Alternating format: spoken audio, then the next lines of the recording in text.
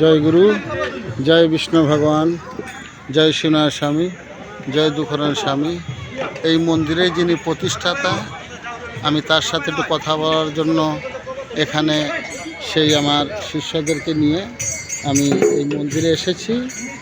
রতনবাবু আছে এবং এই যে আমার শিষ্য আরেকজন আছে চাঁদবাবু। তে আমরা ওনার সাথে একটু কথা বলবো। উনি ওই যে সাইডে দাঁড়িয়ে রয়েছেন, কালো প্যান্ট পরনে এবং কালো গেঞ্জি। উনি হইতেছেন এই প্রতিষ্ঠাতার, বয়স অল্প, তবে ওনার উপরে মার কৃপা আছে। কাজে আমরা একটু ওনার সাথে কথা বলবো। তো আপনাদেরকে আমি অবশ্যই দেখাবো। গুরুর কৃপাতে অবশ্যই আপনারা ওনার দুটা মুখের কথা শুনবেন এবং এত সুন্দর ওনার সেই মনোভাব।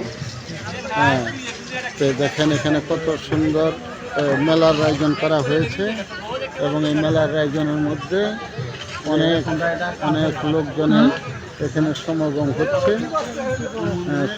হচ্ছে। জয় গুরু, জয় বিষ্ণু ভগবান, জয় সোনার স্বামী, জয় দুখরার স্বামী। বাবু এটা কী গাছ এগুলো? হ্যাঁ এখানে না এই যে এইগুলো গাছগুলা। হরে কৃষ্ণ।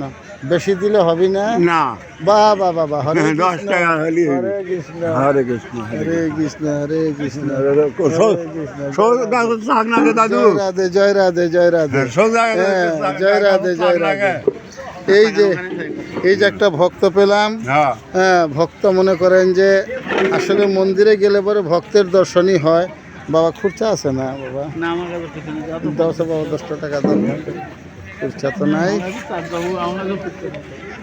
দাও 5 টাকা দাও। জয় গুরু। বাবা 10 টাকা চাইছে, বাবাকে 10 টাকাই দেওয়া নাকি? জয় গুরু, জয় গুরু। থাকেন, ভালো থাকেন। দেখ বাবুরের সঙ্গ রাখলাম। জয় গুরু, জয় গুরু, জয় গুরু, জয় গুরু, জয় গুরু, জয় গুরু, জয় গুরু, জয় গুরু, জয় গুরু, জয় গুরু, জয় গুরু, জয় গুরু। এই যে নিয়ে আসতেছেন। জয় গুরু, জয় গুরু, জয় গুরু।